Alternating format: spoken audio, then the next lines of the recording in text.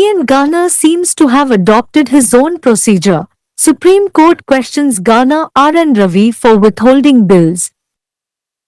The Supreme Court on Thursday, 6th February, asked why the Tamil Nadu Garner sat over the bills enacted by the Tamil Nadu Legislative Assembly for over 3 years before declaring that he was withholding assent and referring some of them to the President. A bench comprising Justice J.B. Pardiwala and Justice A. Mahadevan asked the Attorney General for India R. Venkatramani why the Garner took so long to send the bills to the President in the name of repugnancy. What is something so gross in the bills which the Garner took 3 years to find? Justice Pardiwala asked. The bench also pointed out that the Garner referred to bills to the President after the Assembly reenacted the bills. AG R. Venkatramani said that the Garner did not send the bills to the Assembly for reconsideration and that he only declared that he was withholding his assent. Justice Pardiwala, however, remarked that merely declaring the withholding of assent without returning the bills to the Assembly would frustrate Article 200 of the Constitution. He says, "I withhold assent, but I will not ask you to reconsider the bill. It does not make sense to keep withholding assent and not send to the legislature, thereby frustrating the proviso of Article 200. He seems to have adopted his own procedure," Justice Pardiwala said. Justice Pardiwala said that the Garner cannot simply withhold assent in the name of repugnancy.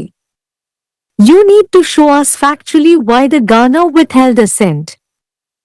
Either you show us from some original files or some other documents, some contemporaneous record available with the office of the Garner as to what was looked into, what was discussed, what were the lacuna, Justice Pardiwala told the AG. Justice Pardiwala pointed out that the Garner's declaration that he was withholding assent for the bills came soon after the Supreme Court ruled in the Punjab Garners case that Garners cannot veto the Assembly by sitting over bills. The judgment came 3 days prior to his decision to withhold, Justice Pardiwala said. AG claimed that it was a mere coincidence. The bench told the Attorney General that the state has not only alleged malice in law but also malice in fact on the part of the Garner. AG argued that the bills were removing the Garner as the Chancellor of the state universities and it was a matter of national importance. The bench said that it was not going to examine the history and was only examining the power of the Garner to withhold the 12 bills duly passed by the state legislature and send to bills to the President directly and then say he has withheld assent. You have to tell us what was so gross in the bills that he did so, Justice Pardiwala said. When the AG said that only a mere statement of repugnance was enough and that the Garner cannot be expected to write an essay, Justice Pardiwala said, "You need to show us the repugnancy. In the name of repugnancy, can the bills be withheld?" The judge also pointed out that the Garner had an option to refer all bills to the President, but he sent only 2. How long can such bills be held up? Justice Pardiwala wondered. He said that the case hinged on the interpretation of Article 200 of the Constitution. The arguments will continue tomorrow. The bench was hearing the writ petitions filed by the state against the Garner's refusal to grant assent for the bills. Earlier in the day, the bench extensively heard senior advocates Rakesh Dwivedi, Dr. A.M. Singhvi, Mukul Rohatgi and P. Wilson for the state. The bench framed the following issues for decision.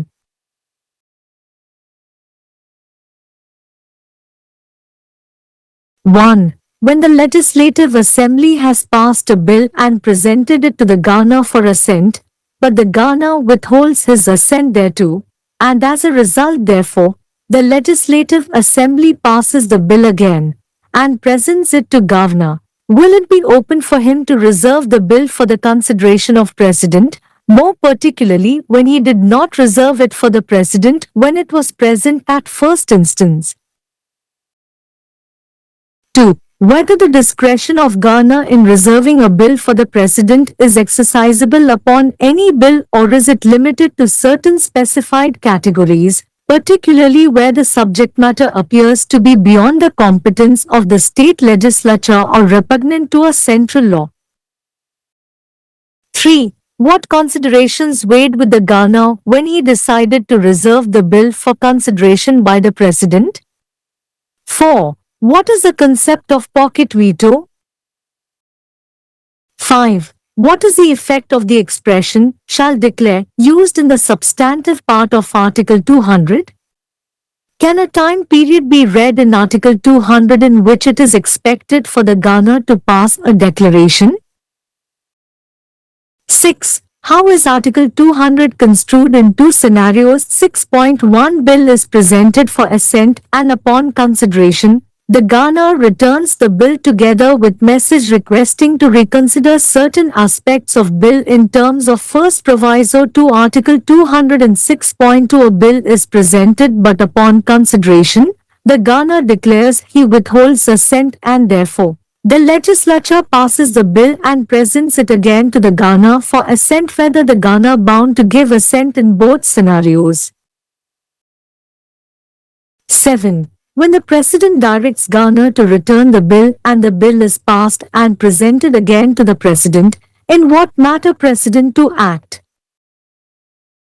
8. Is it mandatorily required to assent to the bill when it is placed before him for reconsideration, or is there a constitutional scheme in Article 201, and if yes, how is the silence to be construed?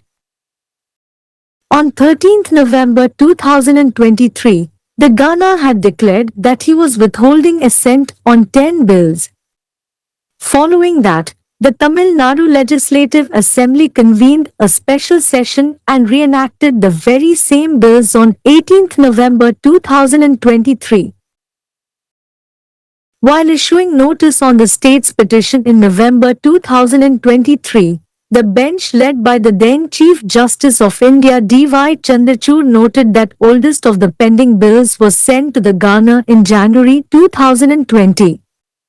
The bench had also recorded the dates on which the 10 bills were sent to the Governor's office, which range from 2020 to 2023. Case details. The State of Tamil Nadu v. the Governor of Tamil Nadu and ANR vertical bar W.P.C. number 1 to 392023 and the State of Tamil Nadu v. the Vice Chancellor and ORS vertical bar W.P.C. number 1 to 712023. Tamil Nadu ஆளுநர் தனது சொந்த நடைமுறையை ஏற்றுக்கொண்டதாக தெரிகிறது. மசோதாக்களை நிறுத்தி வைத்ததற்காக ஆளுநர் ஆஷூத் என்மு ரவியிடம் உச்சநீதிமன்றம் கேள்வி எழுப்பியது. தமிழக சட்டமன்றத்தால் இயற்றப்பட்ட மசோதாக்களை 3 ஆண்டுகளுக்கும் மேலாக விசாரித்து, அவற்றில் சிலவற்றை ஒப்புதலை நிறுத்தி வைத்து ஜனாதிபதிக்கு அனுப்புவதாக அறிவித்ததற்கு முன்பு, ஏன் தமிழக ஆளுநர் ஏன் என்று வியாழக்கிழமை, பிப்ரவரி 6, உச்சநீதிமன்றம் கேட்டது. இந்த மசோதாக்களை வெறுப்பு என்ற பெயரில் குடியரசுத் தலைவருக்கு அனுப்ப ஆளுநர் ஏன் இவ்வளவு நேரம் எடுத்துக்கொண்டார் என்று இந்திய வழக்கறிஞர் ஆஷூத் வெங்கடரமணியிடம் நீதிபதி J.P. பர்திவாலா மற்றும் நீதிபதி ஆஷூத் மகாதேவன் ஆகியோர் அடங்கிய அமர்வு கேட்டது. ஆளுநர் 3 ஆண்டுகள் எடுத்துக்கொண்டு மசோதாக்களை கண்டுபிடித்த மசோதாக்களில் இவ்வளவு மோசமான விஷயம் என்ன? நீதிபதி பார்திவாலா கேட்டார். சட்டமன்றம் மசோதாக்களை மீண்டும் இயற்றிய பிறகு ஆளுநர் 2 மசோதாக்களை குடியரசுத் தலைவருக்கு அனுப்பியதையும் பெஞ்ச் சுட்டிக்காட்டியது. ஆளுநர் மசோதாக்களை மறுபரிசீலனைக்காக சட்டமன்றத்திற்கு அனுப்பவில்லை என்றும், அவர் தனது ஒப்புதலை நிறுத்தி வைத்திருப்பதாக மட்டுமே அறிவித்ததாகவும் ஏஜி ஆஷூத் வெங்கடரமணி கூறினார். இருப்பினும் மசோதாக்களை சட்டமன்றத்திற்கு திருப்பி அனுப்பாமல் ஒப்புதலை நிறுத்தி வைத்ததாக அறிவிப்பது அரசியலமைப்பின் 200வது பிரிவை சீர்குலைக்கும் என்று நீதிபதி பர்திவாலா குறிப்பிட்டார். அவர், நான் ஒப்புதலை நிறுத்தி வைக்கிறேன், ஆனால் மசோதாவை மறுபரிசீலனை செய்ய நான் உங்களிடம் கேட்க மாட்டேன் என்று கூறுகிறார். ஒப்புதலை நிறுத்தி வைப்பதில் அர்த்தமில்லை, இதனால் 200வது பிரிவின் ஷரத்தை விரக்தியடையச் செய்து சட்டமன்றத்திற்கு அனுப்பாமல் இருப்பது அர்த்தமற்றது. அவர் தனது சொந்த நடைமுறையை ஏற்றுக்கொண்டதாக தெரிகிறது என்று நீதிபதி பர்திவாலா கூறினார். ஆளுநர் வெறுமனே வெறுப்பு என்ற பெயரில் ஒப்புதலை நிறுத்தி வைக்க முடியாது என்று நீதிபதி பர்திவாலா கூறினார். ஆளுநர் ஏன் ஒப்புதலை நிறுத்தி வைத்தார் என்பதை நீங்கள் எங்களுக்கு உண்மையாக காட்ட வேண்டும். சில அசல் கோப்புகளிலிருந்து அல்லது வேறு சில ஆவணங்களிலிருந்து, ஆளுநர் அலுவலகத்தில் உள்ள சில சமகால பதிவுகளிலிருந்து என்ன ஆராயப்பட்டது, என்ன விவாதிக்கப்பட்டது, என்ன குறைபாடுகள் இருந்தன என்பது குறித்து எங்களுக்கு காட்ட வேண்டும் என்று நீதிபதி பர்திவாலா இடம் கூறினார். பஞ்சாப் ஆளுநர் வழக்கில் மசோதாக்களை நிறைவேற்றுவதன் மூலம் ஆளுநர்கள் சட்டமன்றத்தை வீட்டோ செய்ய முடியாது என்று உச்சநீதிமன்றம் தீர்ப்பளித்த உடனேயே மசோதாக்களுக்கு ஒப்புதல் அளிக்காமல் தடுத்து நிறுத்துவதாக ஆளுநர் அறிவித்ததை நீதிபதி பர்திவாலா சுட்டிக்காட்டினார். இந்த தீர்ப்பு நிறுத்தி வைக்க முடிவு செய்வதற்கு 3 நாட்களுக்கு முன்பு வந்தது என்று நீதிபதி பர்திவாலா கூறினார். இது வெறும் தற்செயல் நிகழ்வு என்று ஏஜி கூறினார். மாநில அரசு ஆளுநரின் மீது தீங்கிழைக்கும் செயல்களை மட்டுமல்ல, தீங்கிழைக்கும் செயலையும் செய்துள்ளதாக அட்டர்னி ஜெனரலிடம் பெஞ்ச் கூறியது.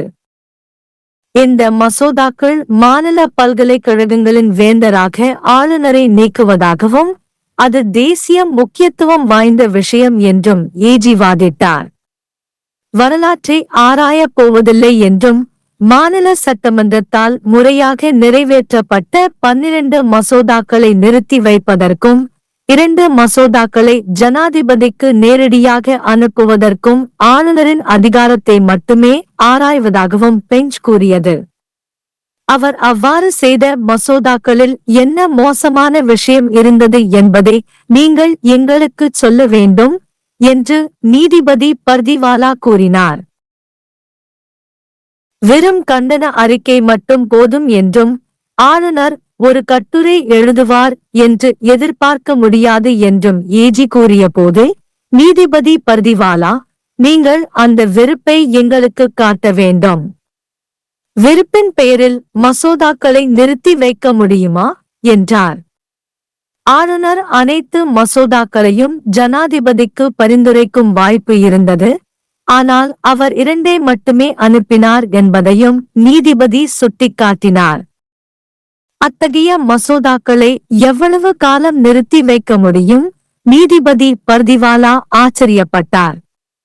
இந்த வழக்கு அரசியலமைப்பின் 200வது பிரிவின் விளக்கத்தை அடிப்படையாக கொண்டது என்று அவர் கூறினார். நாளை வாதங்கள் தொடரும். மசோதாக்களுக்கு ஆளுநர் ஒப்புதல் அளிக்க மறுத்ததற்கு எதிராக அரசு தாக்கல் செய்த ரிட் மனுக்களை அமர்வு விசாரித்தது. முன்னதாக மாநிலத்தின் மூத்த வழக்கறிஞர்கள் ராகேஷ் திவேதி, டாக்டர் ஏஹுட் எம். சிங்வி, முகுல் ரோஹத்கி மற்றும் பி. வில்சன் ஆகியோரின் வாதங்களை அமர்வு விரிவாக விசாரித்தது. இந்த அமர்வு பின்வரும் பிரச்சினைகளை முடிவுக்காக வடிவமைத்தது. 1.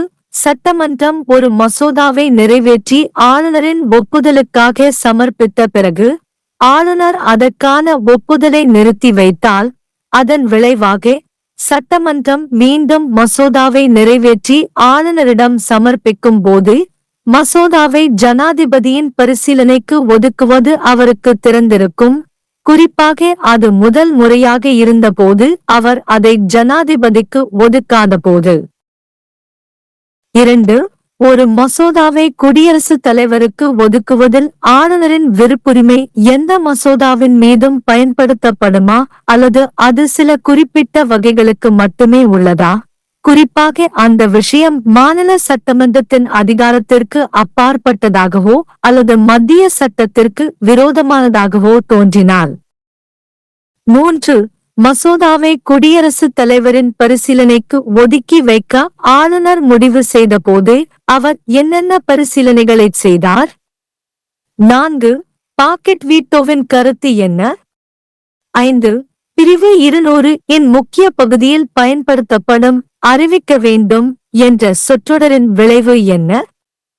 பிரிவு 200 இல் ஆளுநர் ஒரு அறிவிப்பை நிறைவேற்ற எதிர்பார்க்கப்படும் கால அளவை படிக்க முடியுமா?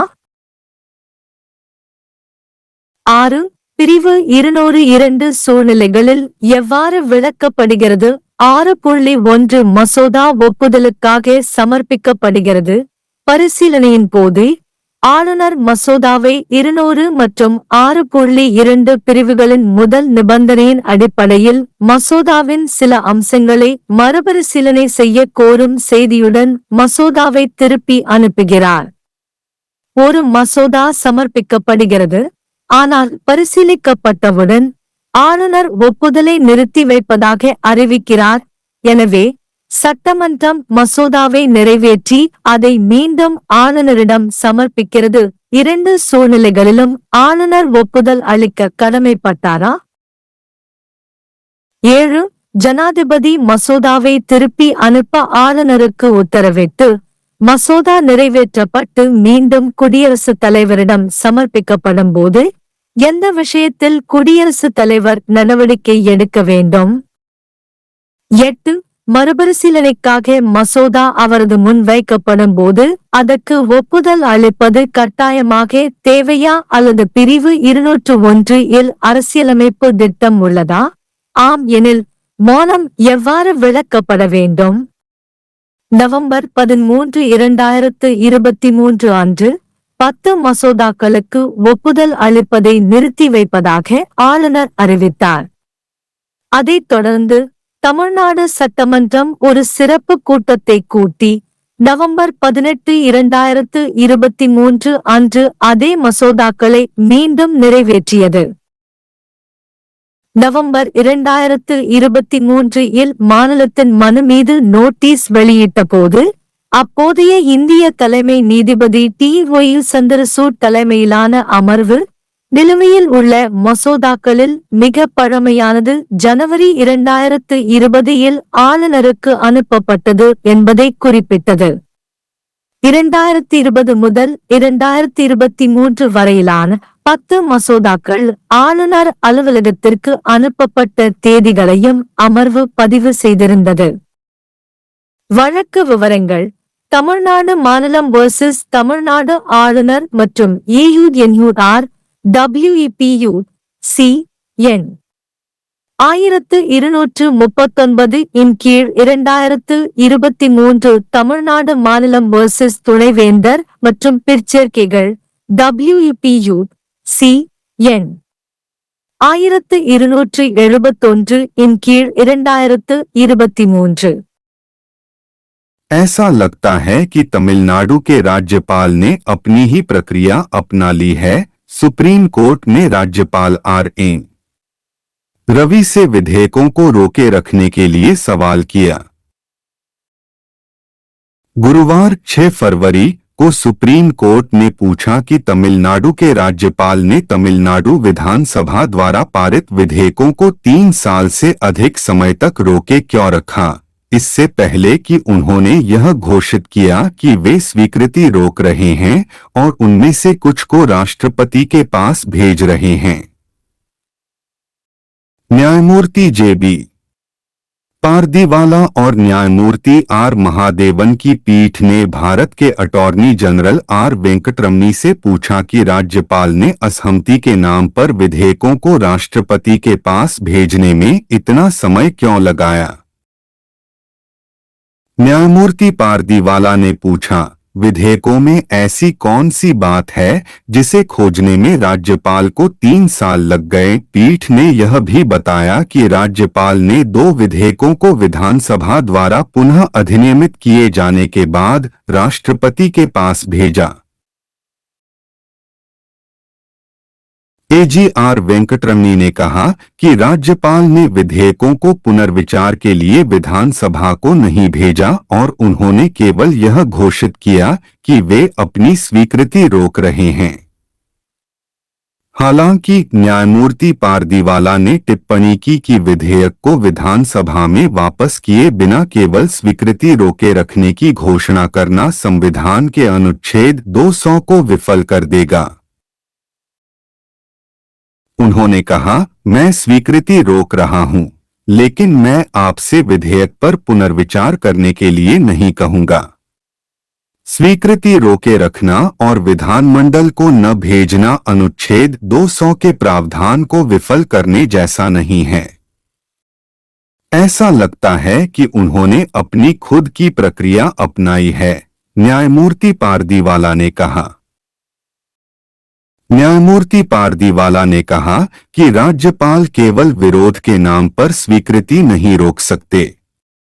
न्यायमूर्ति पारदीवाला ने AG से कहा, आपको हमें तथ्यात्मक रूप से यह दिखाने की जरूरत है कि राज्यपाल ने स्वीकृति क्यों रोकी। या तो आप हमें कुछ मूल फाइलें या कुछ अन्य दस्तावेज राज्यपाल के कार्यालय के पास उपलब्ध कुछ समकालीन रिकॉर्ड दिखाएं कि क्या देखा गया, क्या चर्चा की गई, क्या खामियां थीं। न्यायमूर्ति पारदीवाला ने बताया कि राज्यपाल द्वारा विधेयकों पर अपनी सहमति न देने की घोषणा पंजाब के राज्यपाल के मामले में सर्वोच्च न्यायालय द्वारा दिए गए उस फैसले के तुरंत बाद आई थी जिसमें कहा गया था कि राज्यपाल विधेयकों पर बैठकर विधानसभा को वीटो नहीं कर सकते। न्यायमूर्ति पारदीवाला ने कहा, यह फैसला उनके रोक लगाने के फैसले से 3 दिन पहले आया था। अटॉर्नी जनरल ने दावा किया कि यह महज संयोग था। पीठ ने अटॉर्नी जनरल से कहा कि राज्य ने राज्यपाल की ओर से न केवल कानून के अनुसार द्वेष का आरोप लगाया है, बल्कि वास्तविक रूप से भी द्वेष का आरोप लगाया है। AG ने तर्क दिया कि विधेयक राज्यपाल को राज्य विश्वविद्यालयों के कुलाधिपति के पद से हटा रहे हैं और यह राष्ट्रीय महत्व का मामला है। पीठ ने कहा कि वह इतिहास की जांच नहीं करने जा रही है और केवल राज्यपाल की शक्ति की जांच कर रही है कि वह राज्य विधानमंडल द्वारा विधिवत पारित 12 विधेयकों को रोके रखे और 2 विधेयकों को सीधे राष्ट्रपति के पास भेजे और फिर कहे कि उसने सहमति रोक ली है। न्यायमूर्ति पारदीवाला ने कहा, आपको हमें बताना होगा कि विधेयकों में ऐसा क्या घिनौना था कि उन्होंने ऐसा किया। जब अटॉर्नी जनरल ने कहा कि केवल विरोध का बयान ही काफी है और राज्यपाल से निबंध लिखने की उम्मीद नहीं की जा सकती, तो जस्टिस पारदीवाला ने कहा, आपको हमें विरोध दिखाने की जरूरत है। विरोध के नाम पर क्या विधेयकों को रोका जा सकता है? जज ने यह भी बताया कि राज्यपाल के पास सभी विधेयकों को राष्ट्रपति के पास भेजने का विकल्प था, लेकिन उन्होंने केवल 2 विधेयक भेजे। जस्टिस पारदीवाला ने आश्चर्य जताते हुए कहा, ऐसे विधेयकों को कब तक रोका जा सकता है? उन्होंने कहा कि मामला संविधान के अनुच्छेद 200 की व्याख्या पर टिका है। बहस कल भी जारी रहेगी। पीठ राज्यपाल द्वारा विधेयकों को मंजूरी देने से इनकार करने के खिलाफ राज्य द्वारा दायर रिट याचिकाओं पर सुनवाई कर रही थी। इससे पहले दिन में पीठ ने राज्य की ओर से वरिष्ठ अधिवक्ता राकेश द्विवेदी, डॉक्टर AM सिंघवी, मुकुल रोहतगी और P विल्सन की दलीलें विस्तार से सुनी। पीठ ने निर्णय के लिए निम्नलिखित मुद्दे तय किए। एक, जब विधानसभा ने कोई विधेयक पारित कर दिया हो और उसे राज्यपाल के समक्ष स्वीकृति के लिए प्रस्तुत कर दिया हो, लेकिन राज्यपाल उस पर अपनी स्वीकृति रोक लेता है और परिणामस्वरूप विधानसभा विधेयक को पुनः पारित कर देती है और राज्यपाल के समक्ष प्रस्तुत करती है, तो क्या यह उसके लिए खुला होगा कि वह विधेयक को राष्ट्रपति के विचारार्थ सुरक्षित रख ले, विशेषकर तब जब उसने इसे पहली बार प्रस्तुत किए जाने पर राष्ट्रपति के लिए सुरक्षित नहीं रखा था। 2. क्या राष्ट्रपति के लिए विधेयक आरक्षित करने में राज्यपाल का विवेक किसी भी विधेयक पर लागू होता है या यह कुछ निर्दिष्ट श्रेणियों तक सीमित है, खासकर जहां विषय वस्तु राज्य विधानमंडल की क्षमता से परे या केंद्रीय कानून के प्रतिकूल प्रतीत होती है। 3. राज्यपाल ने राष्ट्रपति द्वारा विचार के लिए विधेयक आरक्षित करने का निर्णय लेते समय किन बातों पर विचार किया? 4. पॉकेट वीटो की अवधारणा क्या है? 5. अनुच्छेद 200 के मूल भाग में प्रयुक्त घोषणा करेगा अभिव्यक्ति का क्या प्रभाव है? क्या अनुच्छेद 200 में कोई समय अवधि पढ़ी जा सकती है जिसमें राज्यपाल से घोषणा पारित करने की अपेक्षा की जाती है? 6. अनुच्छेद 200 की व्याख्या दो परिदृश्यों में कैसे की जाती है? 6.1 विधेयक को स्वीकृति के लिए प्रस्तुत किया जाता है और विचार करने पर राज्यपाल विधेयक को अनुच्छेद 200 के प्रथम प्रावधान के अनुसार विधेयक के कुछ पहलुओं पर पुनर्विचार करने के अनुरोध के साथ वापस कर देता है और 6.2 विधेयक प्रस्तुत किया जाता है, लेकिन विचार करने पर राज्यपाल घोषणा करता है कि वह स्वीकृति नहीं दे रहा है और इसलिए विधानमंडल विधेयक को पारित कर देता है और स्वीकृति के लिए इसे पुनः राज्यपाल के समक्ष प्रस्तुत करता है। क्या राज्यपाल दोनों परिदृश्यों में स्वीकृति देने के लिए बाध्य है? 7. जब राष्ट्रपति राज्यपाल को विधेयक वापस करने का निर्देश देता है और विधेयक पारित होकर पुनः राष्ट्रपति के समक्ष प्रस्तुत किया जाता है, तो राष्ट्रपति को किस मामले में कार्य करना चाहिए? 8. क्या विधेयक को पुनर्विचार के लिए उनके समक्ष रखे जाने पर स्वीकृति देना अनिवार्य है या अनुच्छेद 201 में कोई संवैधानिक योजना है और यदि हाँ, तो इस चुप्पी की व्याख्या कैसे की जाए? 13 नवंबर 2023 को राज्यपाल ने घोषणा की थी कि वे 10 विधेयकों पर अपनी सहमति नहीं दे रहे हैं। इसके बाद तमिलनाडु विधानसभा ने एक विशेष सत्र बुलाया और 18 नवंबर 2023 को उन्हीं विधेयकों को फिर से पारित किया। नवंबर 2023 में राज्य की याचिका पर नोटिस जारी करते हुए तत्कालीन भारत के मुख्य न्यायाधीश डीवाई चंद्रचूड़ की अगुवाई वाली पीठ ने नोट किया कि लंबित विधेयकों में से सबसे पुराना विधेयक जनवरी 2020 में राज्यपाल को भेजा गया था। पीठ ने उन तारीखों को भी दर्ज किया था जिन पर 10 विधेयक राज्यपाल के कार्यालय को भेजे गए थे, जो 2020 से 2023 तक हैं। केस विवरण तमिलनाडु राज्य बनाम तमिलनाडु के राज्यपाल और अन्य W.P.C. संख्या 1239/2023 और तमिलनाडु राज्य बनाम कुलपति और अन्य W.P.C. संख्या 1271/2023।